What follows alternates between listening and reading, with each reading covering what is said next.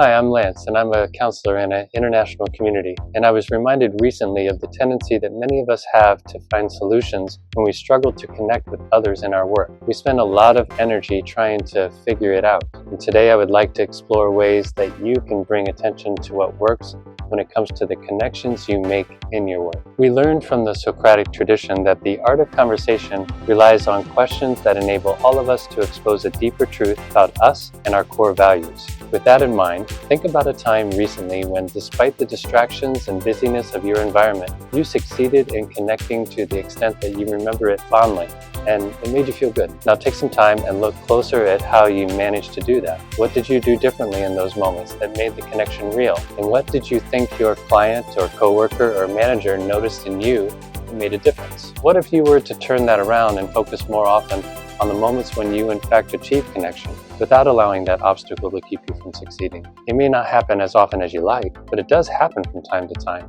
So instead of rehashing what's in the way, isn't it better use of your time to focus on what you do in those moments when the connections are indeed made? It turns out that 2,500 years later, the power of how we connect with each other is the same now as it was for Socrates.